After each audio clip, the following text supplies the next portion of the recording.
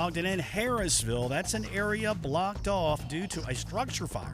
Advanced Window Products, $2,500 off 10 windows or more. AdvancedWindows.com, affordable windows guaranteed. Mark Jackson in the KSL Traffic Center. KSL weather, we're expecting 33 degrees overnight, 2 days of gray skies with temperatures in the 40s, maybe some slop, snow, or rain for Thursday. Meantime, it's cloudy and 45 degrees. I'm Jeff Kaplan, KSL News Radio, 102.7 FM, 1160 AM, and KSLNewsRadio.com. This is Utah's news, traffic, and weather station. The following is a presentation of KSL Sports. Hello, Cougar Nation. Who's open for three, angle left, takes it, and makes it. Fousseyni Traore. And listen to the Cougar Nation. Every Monday night, we break down the last week of BYU basketball and look ahead to the Cougars' prospects for the postseason. Cougar Nation. Here's BYU insider Mitch Harper and Matt Baiamonte on Utah's legacy home of the Cougars. KSL News Radio. Cougar Nation, glad to have you on board. Wish we were talking about a win today as we break down the loss against Texas Tech last weekend. But nonetheless, we bring this show to you every single Monday night, taking your calls, 801-575-8255, to get your thoughts on the game. Why do you think BYU has struggled in the second half of a lot of these Big 12 games? We'll be taking those calls, getting your thoughts, Cougar Nation, like we do every single Monday night. Matt Baiamonte here. Mitch Harper, he's off tonight. He's at Disneyland, a little family vacation. So it's going to be myself and producer Nate Slack. Nate, how you doing, brother? I'm doing great. It's a Monday, but I'm hanging in there, and it's going to be a fun show. It's going to be a lot of fun today as we break down this game. Before we get into the takeaways, Nate, just quick thoughts on that loss against Texas Tech. It hurt. I mean, talking to other people on Twitter during the game, talking about how the first half of that game felt like it's the best half that BYU's played in a long time. I think back to the 2021 WCC championship against Gonzaga. But other than that, I mean, it's been years since I feel like BYU had that strong of a half. And then to come out in the second half and then have everything fall apart, it was rough. It was a rough way to lose a game. Painful. 16-point halftime lead evaporates in the blink of an eye. Let's get to our takeaways here on Cougar Nation. Cougar Nation takeaways. Mitch and Matt analyze BYU's last week of play and what it means for the next week. We'll get to your calls in just a moment, 801-575-8255. But first, the number one takeaway for me, Nate, the margin for error is so slim in the Big 12. These are extremely talented teams that can flip the switch in a moment's notice, like we saw Saturday night down in Lubbock. That 16-point halftime lead, it felt like it was slashed in half within 2 minutes. And with like 17 minutes to go, you felt like, oh boy, the lead is gone. The momentum's in favor of the Red Raiders. And you just can't have those type of scoring droughts, those type of sequences where you have multiple turnovers that lead to threes and get teams to the foul line. You can't have a 4 or 5 minute lapse because these teams are so good, they'll take advantage. And that's what happened right out of the gate is Texas Tech had the urgency right after the halftime break, and they dialed up the pressure on Dallin Hall, on Richie Saunders, on the guards. They were forcing turnovers, and before you knew it, the lead was gone, and it was a battle to the end. So, man, the margin for error is thin. You have to play consistent basketball for 40 minutes like BYU did against Iowa State earlier in the week. You do that, I think this BYU team has proven they can beat maybe anybody in the Big 12. But if you take your foot off the gas for a minute, you can find yourselves in a real bad spot like they did. Takeaway number 2. On a positive note, Richie Saunders is playing some of the best basketball of his life, and he's making an argument for increased playing time. He got the start in place of Noah Waterman, who, if you remember against Iowa State, he left the game with a concussion. It was a scary play where his head hits the back of the floor. He goes to the locker room before halftime, gets evaluated, comes back out, plays the second half. And I think we're all thinking, okay, a crisis averted here. Noah Waterman's good to go. He's been a great defender this year for BYU. When he's making three-point shots, he's a difference maker. And did we mention he's 6'10"? So it's nice to have that kind of size along with Ali Khalifa in the starting lineup. And then we hear right before tip-off, No Waterman did not clear concussion protocol, and they're going to start Richie Saunders. And you're thinking, okay, it's only his third start of his career, first of the season. What are you going to get from Richie? He just continued playing great basketball like he's been playing all throughout conference play. 16 points. And he is so good at cutting to the basket. He's almost like a perfect fit with Al Khalifa. He's always cutting, getting to the rim. I love that 4 of his 6 made field goals were inside the three-point line. Then he goes 2 of 2 from the three-point line, adds a couple rebounds as well. Good, tenacious defender. Richie Saunders he's ready for more playing time. When everyone's healthy, I don't know how you juggle it all, but clearly Richie Saunders has been one of the most consistent players on this team. And then takeaway number 3. Second half turnovers in these losses are proving to be deadly. Just absolutely deadly. 22-4 advantage for Texas Tech in the second half, for the game. So you're minus 18 in turnovers. I know you only committed 12, 8 of those coming in the second half, though, where it just kept igniting the crowd. It kept fueling transition opportunities for Pop Isaacs, who scored 32 points, 23 of them in the second half. Felt like a lot of those back-breaking buckets from Texas Tech, it came off of a BYU turnover. And especially late in the game, there was one play where Dallin Hall drove to the basket, and he's done this a few times late in these games, where it doesn't look like he's wanting to go up to the rim and finish it. And so he drives in, and then the defense collapses on him. It turns into a turnover. They go the other way, bury a 3, and you're like, that was a 5-point swing if you just go and attack the basket with the intent to score. So these turnovers are killing us. Let's get to our first call here on Cougar Nation, 801-575-8255. Let's go to our dear friend Linda. Linda, what do you got tonight? I think that I think they really clam up when they're been losing, on the road like that. I think it really makes them clam up. And I really felt like that first half on Saturday was really good, was really good, and we played so well. And then the second half, as we were playing and we tried to make shots, we couldn't do it. Yep. You're right, Linda. And that's honestly, and it's kind of hard to tell yourself this because you want to have different answers, but basketball, it is so often a make or miss league. And in the first half, you go 10 of 20 from 3, 50% from 3, double-digit threes and a half. Of course, you're going to be up double digits. And in the second half, you go 3 of 19, 15% from downtown. It's going to be hard to sustain any success when you're shooting that poorly throughout an extended stretch of time. And they've got to find a way to get to the free throw line or do something when they're not hitting the 3 like they did in the second half. Let's get to another call here. Ryan from Tooele, talking about that second half where everything went wrong for BYU. What do you have for us, Ryan? Well, in the first half, they're doing really well and shooting really well. But then in the second half, we're up by a lot, and we're just playing not to lose. They're playing to win, and they really have the fire in them that they need to come back, and they're scoring lots of points because they have the fire to win while we're just trying to, not let them score. We're just playing not to lose. Yeah, it did feel that way a little bit, Ryan, in the second half, where it just felt like, okay, we've got a lead. Let's try and protect it. But the problem is if you're not being aggressive, it's advantageous for the defense. BYU only had 2 fast break points in that entire game against Texas Tech, where Iowa State, they were getting up and down throughout. And so I think that's a really good point that when BYU tries to sit back and they allow the pressure to come all the way up to half court, and then they're not attacking the rim. I think that's another thing I noticed in the second half is it just felt like all 5 Texas Tech defenders were on the perimeter, daring BYU to put the ball on the floor and get to the rim and do something, and they could not punish them enough at the rim. And that's in the wins. I love looking at the Iowa State win earlier in the week compared to the Texas Tech game, because in the Iowa State game, they played their best basketball of the year throughout an entire game, and the common threads were getting to the free throw line, attacking the basket. Look, we know that this team loves to shoot threes. Coach Pope has said it all season long. We want to take a lot of threes. We're upset if we don't take 30 threes. We want to shoot the 3, but you have to complement that with putting pressure on the rim. And when this team can put pressure on the rim, it opens up the 3-point line.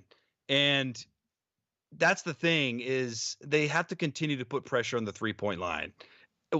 and also getting to the basket. When they do those two things together, then you see a result like you did against Iowa State.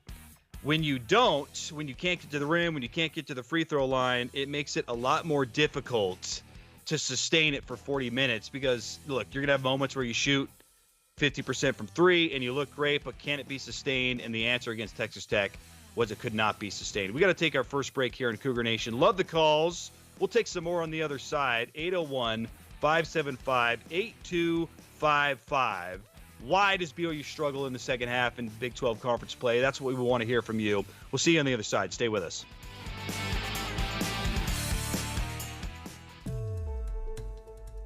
This Monday Tax Tip is brought to you by Susan Spears, CEO of the Utah Association of CPAs. Did you know that you may be missing out on important deductions and credits if you don't correctly claim your dependents on your income taxes? Remember to provide Social Security numbers for your children or other dependents. If you are divorced, only one parent may claim the child as a dependent. If you both claim the same child as a dependent, the processing of your return will come to a screeching halt while the IRS works with the parties to straighten things out. Work with your CPA to streamline the process. Get the most out of your income tax preparation when you hire a CPA. Go to uacpa.org to find a CPA that's right for you. That's uacpa.org. uacpa.org. Listen to KSL on Monday for more tax tips from the Utah Association of CPAs.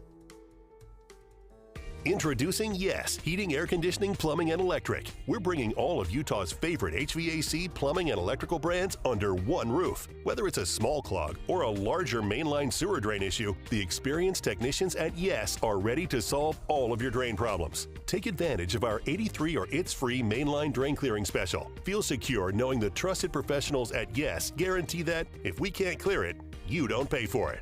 Visit theyesmancan.com for details, terms, and conditions. Have you heard about the huge clearance sale at Dave's Bernina in St. George and Provo? It's time to buy a better machine and get a Bernina. Up to 48 months, no interest on certain models. Huge January savings on Bernina's Special Edition 770QE and 570QE CAFE machines that include a free embroidery module and free gifts. Purchase the L890 Serger and receive a free Bernina Studio cabinet, a $3,250 value. How about $2,400 worth of free gifts when you buy a Bernina B790 Pro model? A limited supply. These machines won't last.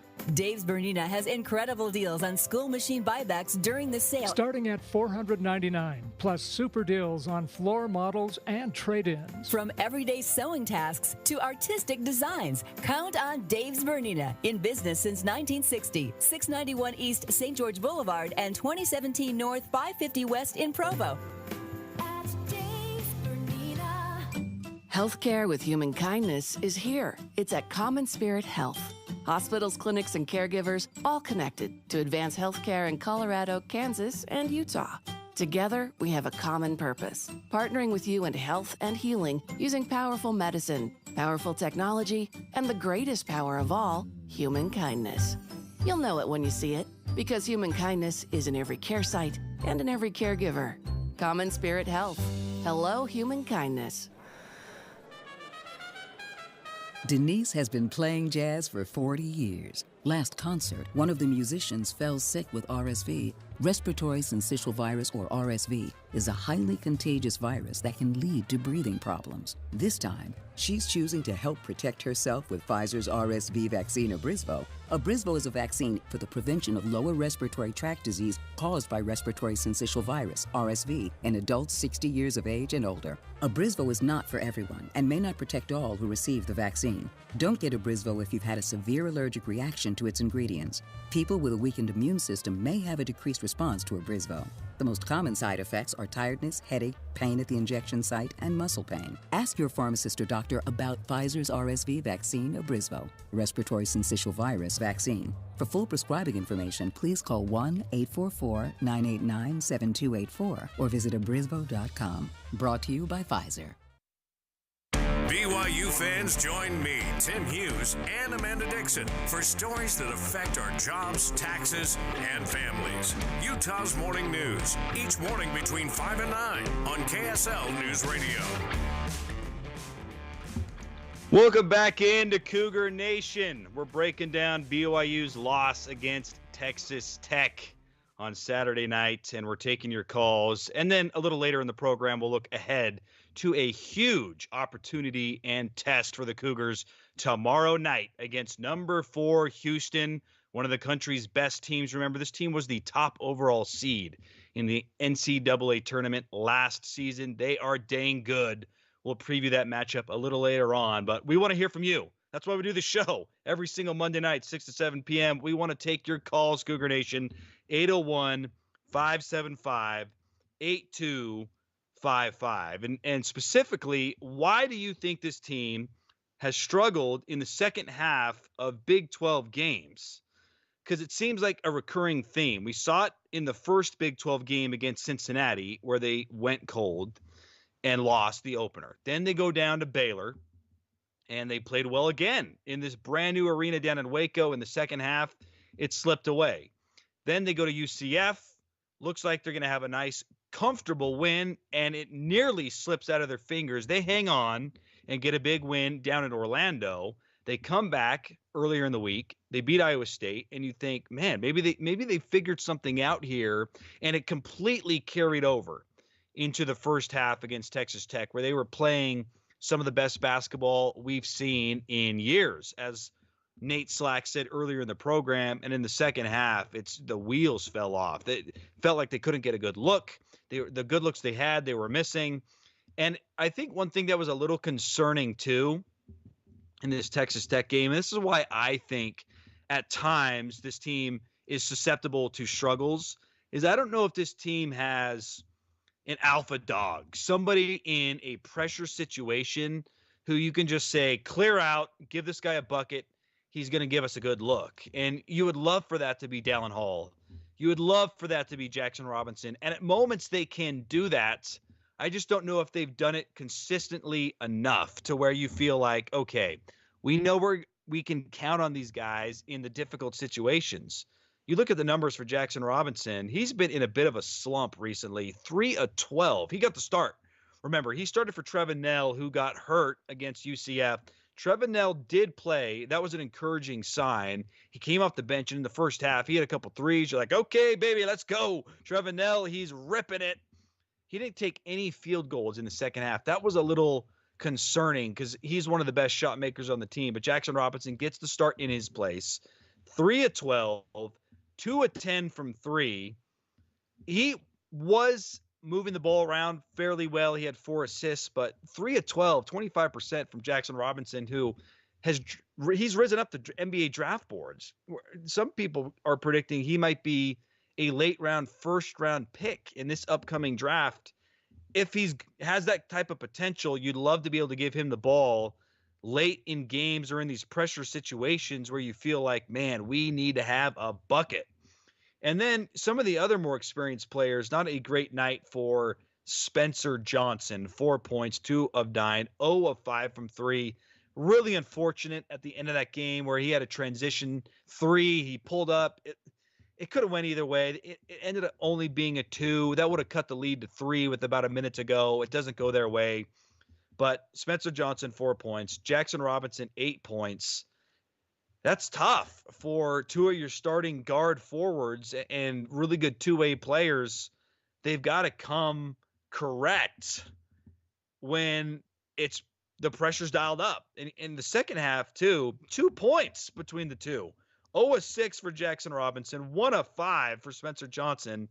Without Ali Khalifa in his heroics, 15 points in the second half, man, I don't know what the score would have been because Khalifa was doing some hero work to keep BYU alive when it felt like, man, maybe Texas Tech is going to beat them by double digits, which would have been crazy after having a 48 to 32 point lead. Nate, why do you think this team is struggling so much in the second half? Is it that they don't have an alpha dog that they can go to, or are they just simply not making enough shots? I think that's part of it, but I think a bigger thing is we talk about this a lot in football, is having depth. And at the start of the season, there was a lot of depth. We talked about having a possibly 10 or 11-man team for this season, but with the loss of Dawson Baker, Foos's injury, Trevin was injured last week, Noah Waterman misses the game. One guy who didn't play at all was Atiki Aliatiki, and we haven't even really heard about the reason why, and that's kind of gone under the radar. But I think the lack of depth is showing, and it's something that the team has to be able to figure out. Otherwise, it's going to be hard to win games in the Big 12. And on your point of depth, Dawson Baker earlier in the week was announced as being out for the remainder of the year. He'll get a medical red shirt. He'll have 2 more years of eligibility next year. He just never got right from that foot injury in the offseason. That's probably the most painful submission of them all, because his skill set, Nate, is honestly what this team needs. He can create off the dribble. He's probably the team's best one-on-one. Clear out, I'll do something with it. You saw his creativity in flashes right before conference play. Him being shut down for the year is a huge blow, because there's nobody else on the team that has the skill set that Dawson Baker has. Yeah, absolutely. And I think having to start Richie Saunders and Jackson Robinson, they're good players and they probably deserve to start, and they would definitely be starting on other BYU teams. But I think it takes away an advantage BYU had, where they would be able to put these guys in, at the 16-minute mark or 12-minute mark when the other starters are coming out for the other team. And BYU all of a sudden loses that advantage, and they're having to turn to Townsend Triple. And he hit a big three-pointer early in the Texas Tech game, but that's not necessarily somebody you want to see coming off the bench on the road. It's not fair to stadium. Townsend. No, right? not to at all. expect him to come in this situation and be scoring points, that's not fair to Townsend. Nate, we got to get out to the phone line. This is Cougar Nation. We take fans' calls, 801-575-8255. Nate from Cedar Hills, what do you got for us, Nate? Hey, how's it going, guys? Love the Cougars. Love this team this year. Been very excited about them. I wouldn't hit the panic button too quick, but there was definitely some things that were concerning in the game when you lose a lead that big. It seems like, and you can't always tell from the fans' perspective what's going on right on the court, but it seems like when their best guy keeps making threes over and over again, putting pressure on him and rotating off picks a lot quicker, getting out, it seems like they were a little bit watching him shoot. They weren't getting in his face, trying to, make sure that he took him out of his rhythm. They just kept going back to him because he kept getting open threes, and that killed us when he has that many threes. It seems like the announcer said on the game, too, if you're watching on TV, hey, BYU has stopped attacking the baskets. We could have gone after their big man who already had 3 fouls and draw more fouls. Just anything, just to go aggressive out to the basket. Seems like we started driving, we were tentative, and started kicking it back out again, and we're losing balls on turnovers. So that was kind of a miss. Yeah, it seems like Jackson Robinson, he's been awesome earlier in the season. We love him as a player, but he seems like he was shooting everything short. And so I don't know if it's just a mental thing, if they were just, tentative and not shooting confidently at the end when they thought the guy a little frazzled or something, and we're losing. He had a lot of turnovers, dribbling too much, not enough maybe picks and getting guys open. And so hopefully we can resolve some of that stuff tomorrow, because I'll be down there at the Houston game watching, cheering on the Cougs. It's going to be a big game, an awesome opportunity. Hard opponent, Nate, to correct some of those issues against, right? Number 4 in the country. Yep. And we're going to talk a little bit more about them at the end of the hour, but they're probably the best defensive team in the country in terms of points per game and steals and blocks. And it's just, unless BYU can replicate what they did against Iowa State last week, which they did. They attacked the rim. They weren't settling for 43 pointers. I think it's going to be a long night tomorrow night, potentially. I loved what Nate said too, because I felt the same exact way. They weren't attacking the basket enough, and he wondered why this BYU defense didn't get out on Pop Isaacs. That's the player he's referring to. 5 of 7 from 3, 32 points. I felt like it was the turnovers, Nate. There were so many turnovers in that second half that led to runouts where Pop Isaac was just coming down the floor. The guys were running back in transition defense, not knowing where to go, and he took advantage of that. When you turn the ball over, it has such a dramatic impact on the game in so many areas. I thought the turnovers was the number one reason why Pop Isaacs just went bananas in the second half. Yeah, absolutely. All right, Nate, we better take a break. News, traffic, and weather coming your way on the other side. We'll get to what's trending and more of your calls here on Cougar Nation.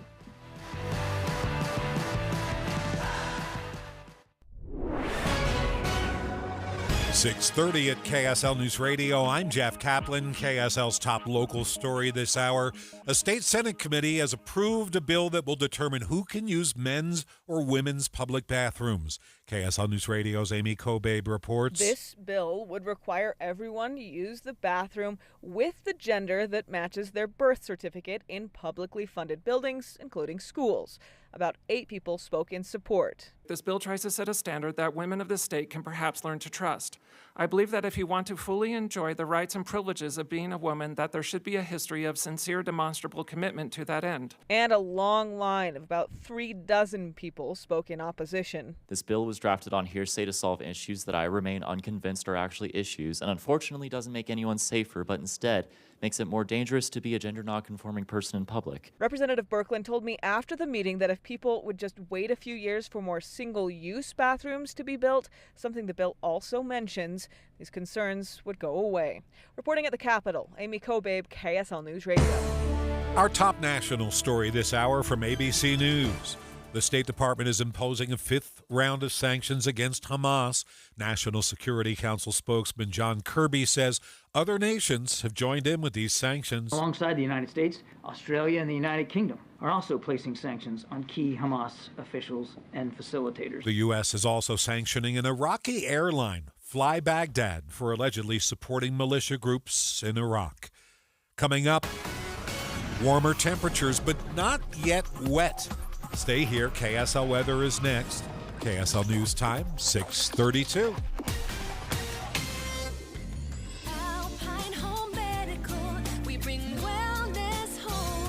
Do you ever feel like getting your supplies for your CPAP is just a huge headache? Hi, I'm Jay Broadbent with Alpine Home Medical. We'll say goodbye to the hassle and hello to a stress-free life with our CPAP resupply service. Signing up is a breeze. Just place a call, choose your products, and leave the insurance billing and shipping to us. Our discreet packaging prioritizes your privacy, and we always ensure an on-time delivery. No more trips to the store or worrying about running out of important supplies. We get how crucial your CPAP therapy is, so don't let the stress of keeping up with it affect your sleep and health. Join Alpine Resupply today and enjoy a tranquil night's sleep with all your CPAP essentials. Visit us at alpinehomemedical.com.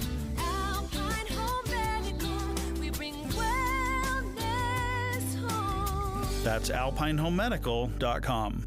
If you've ever set New Year's resolutions before, you know how difficult it is to follow through because you have to wait to see the results. What's up, everybody? I'm Mike Wilson with Any Hour Services, and in honor of your New Year, New You resolutions, Any Hour Services is having our New Year, New System sale. From now until the end of February, Any Hour Services will give you $2,024 off a new furnace and air conditioner, and you don't have to wait to save the money. You get $2,024 off at the time of purchase. The only thing you have to do to qualify for our New Year, New System sale is call Any Hour Services and schedule a free estimate. When you call, there's no obligation to buy. Just schedule a time to meet that works best for you. Let me say that again. From now until the end of February, when you have Any Hour Services install a new furnace and air conditioner, we'll give you $2,024 off. Call Any Hour Services right now and schedule a free estimate. 801-443-7400. You can Google Any Hour Services. You can even schedule online at anyhourservices.com. No one helps more homeowners than Any Hour Services. Sign up for KSL text alerts and you could win cash. Text the word cash to 57500 for a chance to win $250. That's cash to 57500. Plus, you'll get breaking news and traffic updates right to your phone. Want to win more prizes? Text contest to 57500. Jazz fans, text the word jazz for breaking Utah Jazz news. And Cougar fans, text BYU to 57500 for the latest on the Cougars. Message and data rates may apply. For an alternate entry method and complete contest rules, go to KSLNewsRadio.com. The BYU Cougars are on a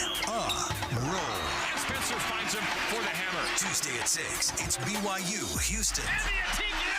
BYU Houston. Pre-game coverage Tuesday at 6 on Utah's legacy home for the Big 12 and the BYU Cougars. KSL News Radio.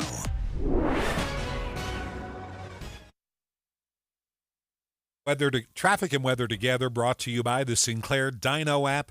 Save up to 20 cents a gallon. Here's Mark Jackson.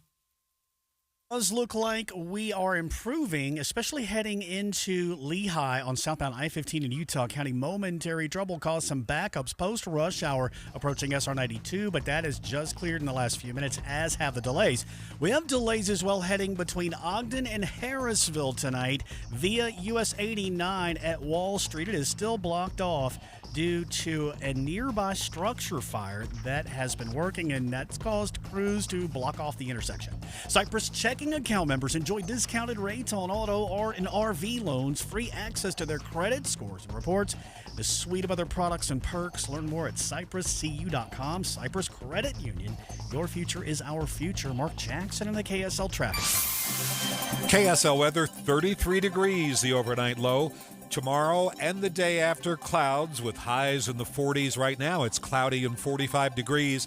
I'm Jeff Kaplan, KSL News Radio, 102.7 FM, 1160 AM, and KSLNewsRadio.com, Utah's news, traffic, and weather station. Just like Cougar fans come together for BYU basketball, the community gathers around KSL each morning for important news. Listen tomorrow between 5 and 9 to KSL News Radio.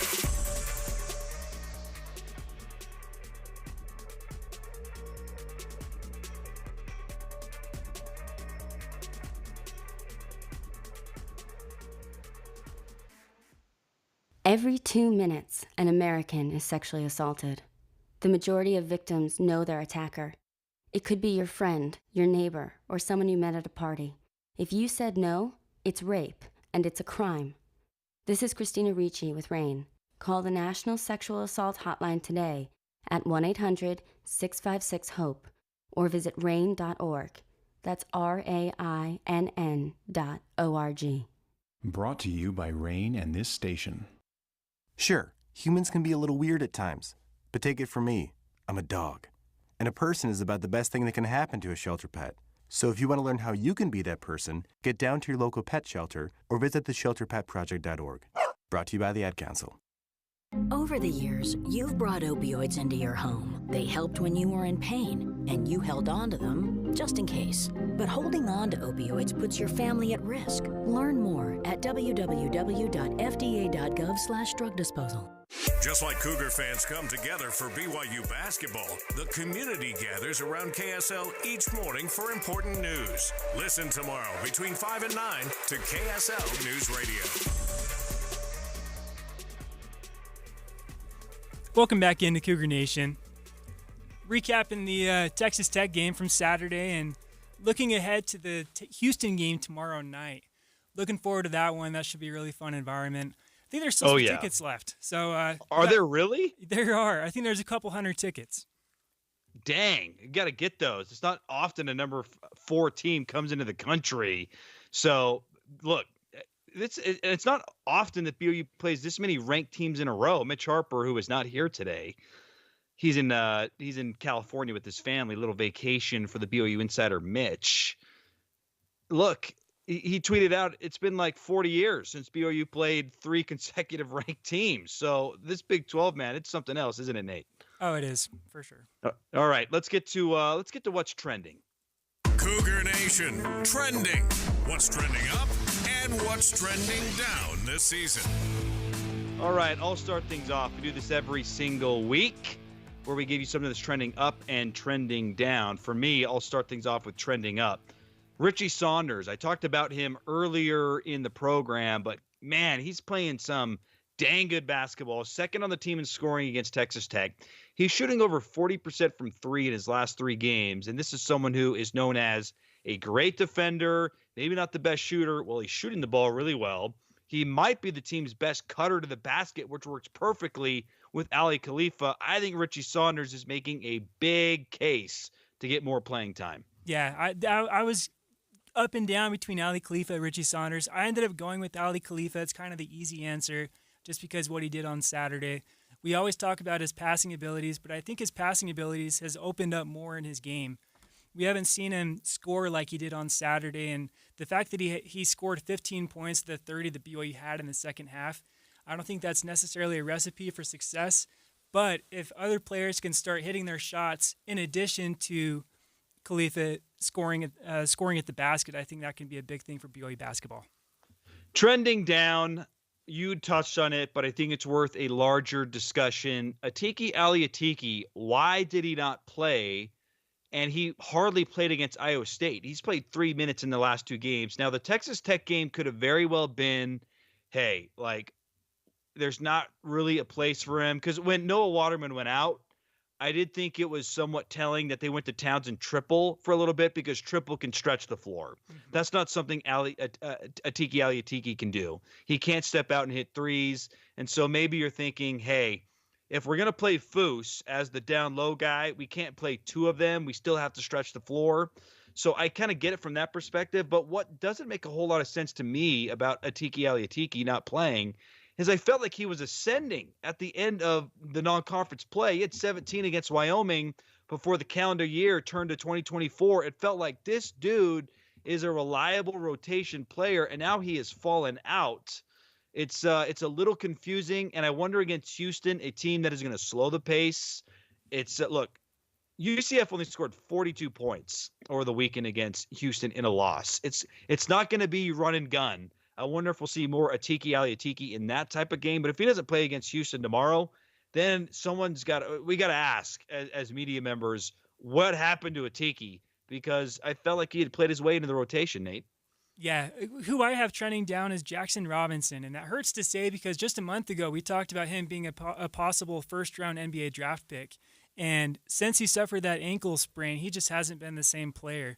He, let's see, on December 13th against Denver, he was 8 of 16 from 3, and so 8 made 3-pointers. That's one of the 5 most in BYU history. And since that game, he is 8 for 37. So he went from 8-16 one night to 8 for 37. So 22% since that injury. And he's clearly not healthy. Ankles are kind of tricky. Sometimes they can linger a little longer than other injuries. And I feel like BYU really needs Jackson Robinson to return to his non-conference form in order to be able to compete for a good spot in the Big 12 tournament. When he was at his peak, Nate, this was the number 1 team in the nation in bench scoring. It just felt like, man, there's this second wave that comes in, and there's nothing you can do about it. And since the slump, BYU's barely hanging on to the top 15 in bench scoring. So bench production has went way down, and some of that is because Jackson has been forced to start with the injuries, but you're totally right. It does feel like a lot of these lapses in scoring has coincided with Jackson Robinson's inconsistent play as of late. And you're totally right. If BYU wants to get some big wins down the road, they've got to have good scoring from him. He's a difference maker. When he's on, he is dangerous. But what he did against Texas Tech, 3 of 12 from the field, 2 of 10 from 3, and didn't score a point in the second half. It's hard to win in the Big 12 when some of your best players are having that kind of offensive output. Yeah, you just can't do that. The first 10 games, he had 1 game under 12 points. And in the last 7, he scored 2, 10, 5, 10, 7, 15, and 8. And he really needs to get on track. And if he's not able to... 15 in the win against Iowa State, right? Exactly, 15 in the win. And honestly, those 15 may have not even been a difference maker in that game. There was so much working for BYU already. They need him to come up in games where they need him in the second half. We're taking your calls here on Cougar Nation. We got one more segment to go on the other side, so there's still a little bit of time if you want to chime in on the loss against Texas Tech. Is it time to hit the panic button? I don't think so yet, but if it is, let us know. 801-575-8255. Taking your calls, Cougar Nation. On the other side, let's talk about this Houston matchup. And look, if you want to chime in about Texas Tech, we'd love to have you call in. But there's a big game tomorrow. Again, it's the Cougars and the Cougars. It's a mountain cat battle, Nate, and we'll break it down on the other side. Stay with us here, Cougar Nation.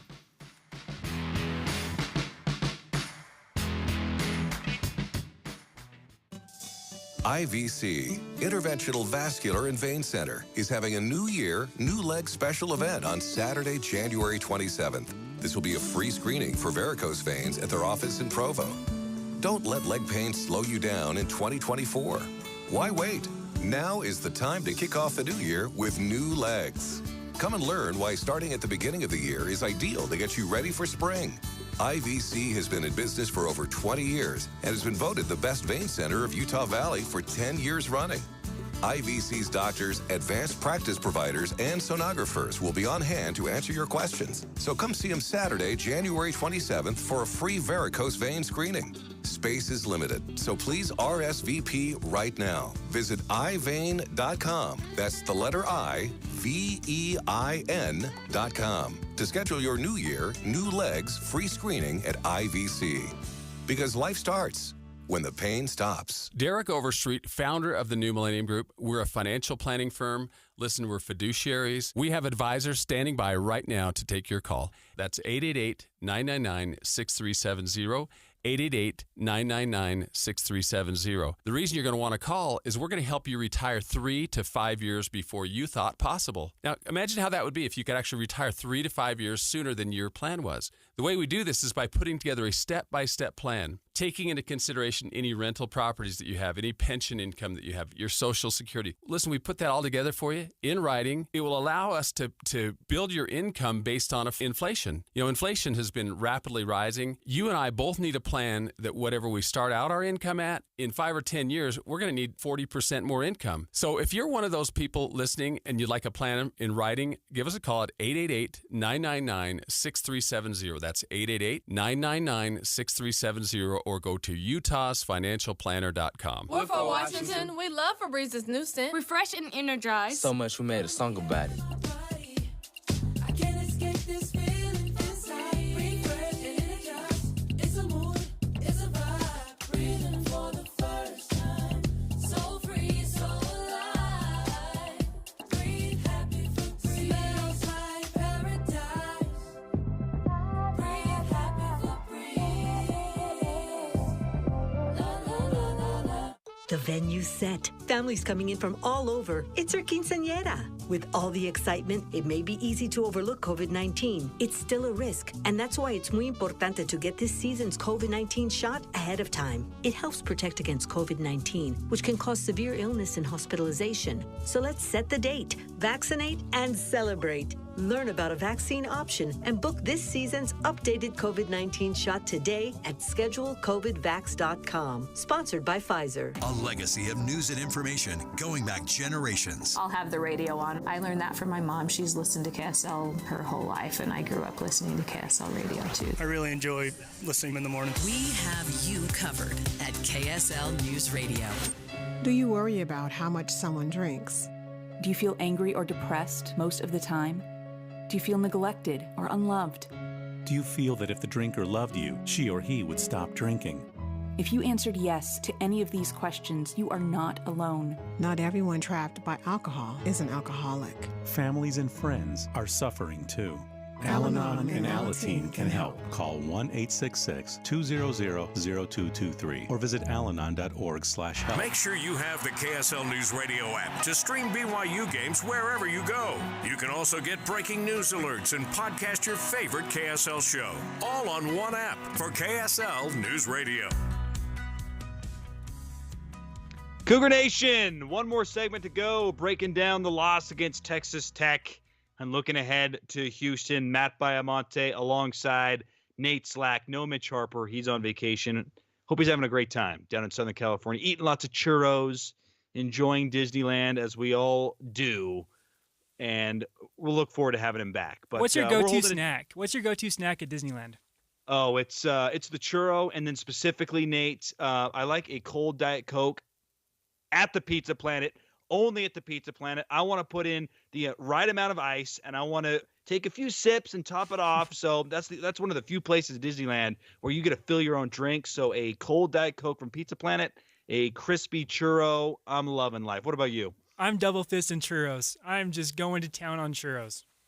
Do you like a regular churro or some of their like specialty strawberry fillings, or you just like the regular? I just get the regular. I'm kind of a boring that way. I like just maple bar donuts and glazed donuts and regular churros. That's me. One of the underrated things about Disneyland is you can double fist a churro because you'll be walking so much you'll burn them right off. Walking a lot and waiting in line. No doubt about it. All right. Hey, before we turn the page to Houston, big battle tomorrow night, and we'll have you covered at KSLSports.com. We got another call. This is from Cedar Hills, a lovely part of Utah. Scott wants to chime in about the second half troubles for BYU basketball. What do you have for us, Scott? Well, I think, like I was saying, they come out and play top-notch basketball in the first half. Is very exciting, and then they play church ball intramural style the second half. And like Ryan said earlier, they play not to lose rather than keeping the pedal to the metal and playing hard and win. And even listening to the announcers on the TV, I'd rather listen to Greg, but sometimes I'm not near the radio. But they even say that you know, they've stopped playing. They're not attacking. They're not moving the ball. They're playing, you know, they don't have any one-on-one players. So, Dallin, put the ball in the hoop when you go drive the basket. But stop playing intramural, guys. Keep the pressure on and play like you do the first half. I don't know thanks if for it's a conditioning thing or what. Yeah, thanks for the call. I with you, just like you, I would love Dallin to be a little more aggressive, getting to the rim. At times we've seen it. I think there's two things we need to bring up quickly, Nate. Number one, Dallin is still a sophomore. Like, there's a lot of great basketball ahead for Dallin Hall. We've seen the flashes of brilliance. Maybe the standard is a little bit high for Dallin right now because, and this leads me to my second point, BYU was not exposed to these type of situations very often during their time in the WCC. Like, what, maybe 3 or 4 times a year in conference play with St. Mary's and Gonzaga and an occasional scare from somebody else. Every night, it's just another level of intensity. And I think sometimes we forget when you're making that kind of jump, because to me, it feels like they're making the jump from high school basketball to college basketball. That feels like the difference between consistent Big 12 play versus WCC play. Like, they're not comparable. And maybe we aren't valuing enough how hard of an adjustment it is to sustain this type of play night after night after night for 40 minutes, because you can't show up against anybody, Nate, and just play one half and expect to win. Because as we saw against Texas Tech, 20 minutes of good basketball is not good enough. Yeah, and if you thought Texas Tech was tough, just wait till tomorrow night. Here's some numbers from Houston. So these are national rankings for the Houston defense. They're number 1 in points allowed. They're averaging 51 points per game for their opponent. That's 7.1 points per game better than number 2, Virginia. They're also number 1 in defensive efficiency, number 1 in effective field goal percentage, number 1 in 2-point percentage, number 1 in block percentage, number 1 in steal percentage, number 3 in turnover percentage, and the list goes on and on. So BYU's got its work cut out for them tomorrow, and hopefully they're able to play like they did last Tuesday. I have been impressed with BYU on the quick turnarounds. I was a little nervous about having a game on Saturday and travel and getting home late Saturday night, early Sunday morning, one day of practice on Monday, and then playing on Tuesday. But they've done well done well doing that so far. So hopefully that continues tomorrow. Houston is so good, man. It's what they have done over the past couple of years. Because remember, the last time these two teams met was back in 2019, and this was. Were you a Greg Wrubell intern that year? I was, and I was working in the studio that game. So it was kind of a bummer because I listened to the buzzer beater before I saw it on TV, but it was still cool to be behind the scenes on that. That was a great moment. Jason Shepard of BYU Radio, he was down on the call with Mark Durant. And I just remember Mark Durant, oh, TJ! But that was the TJ Haas.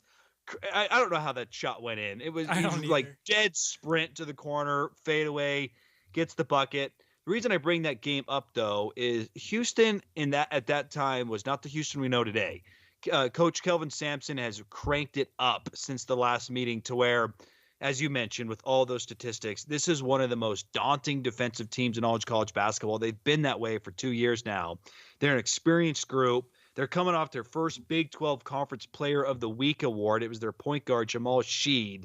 He's averaging 19 points a game, but defensively, they are relentless. And what concerns me about this matchup is the one thing that seems to really bother BYU in conference play, Nate, is when the guards come up to half court and they hound you. Because this league, it's physical. It's not as ticky-tack as other leagues. You can get away with stuff on the perimeter.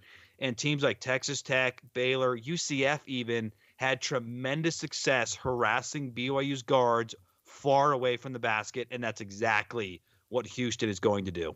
How do you feel about it being a home game? Because Houston hasn't won a Big 12 game on the road yet. They've got losses at Iowa State and losses to TCU. Granted, they were close, but do you feel like BYU has a better chance with it being a home game? 100%.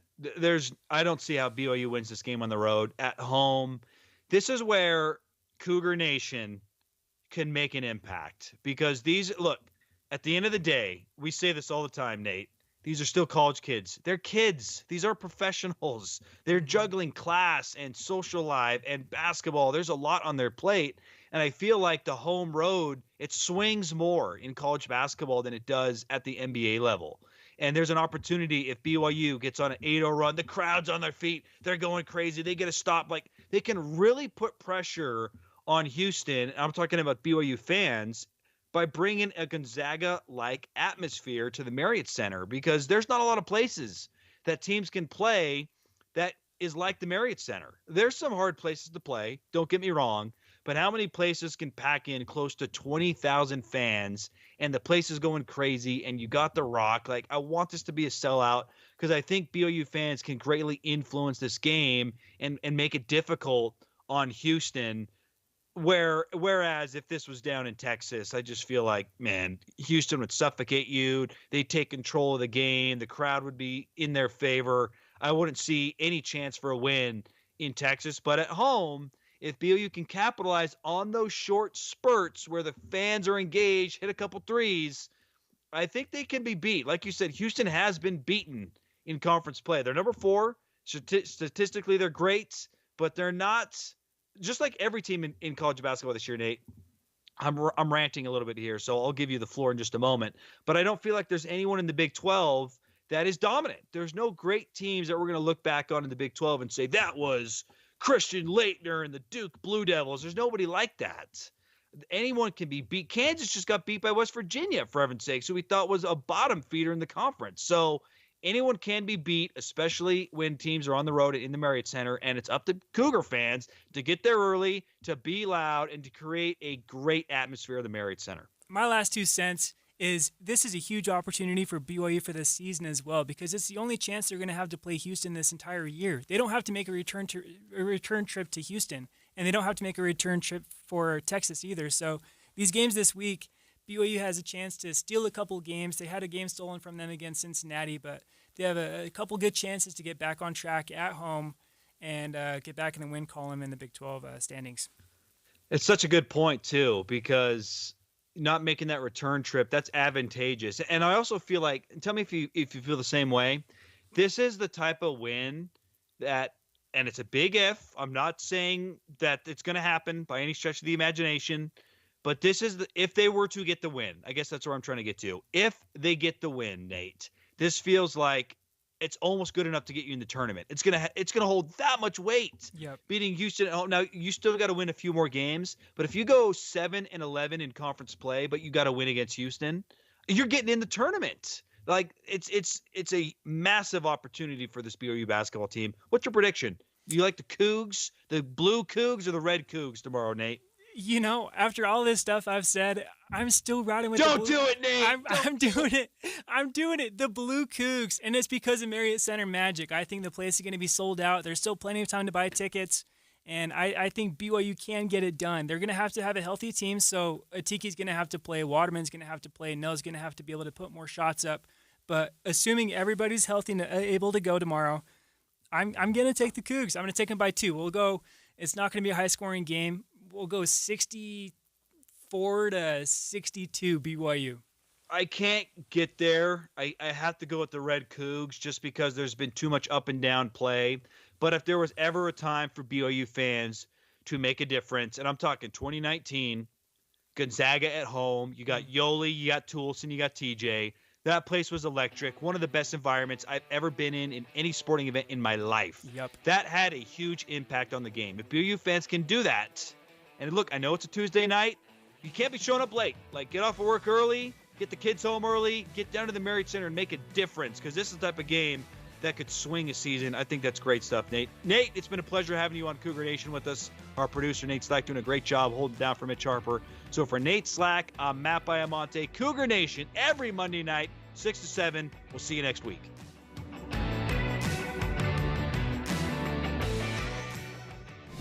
KSL FM Midvale, KSL Salt Lake City.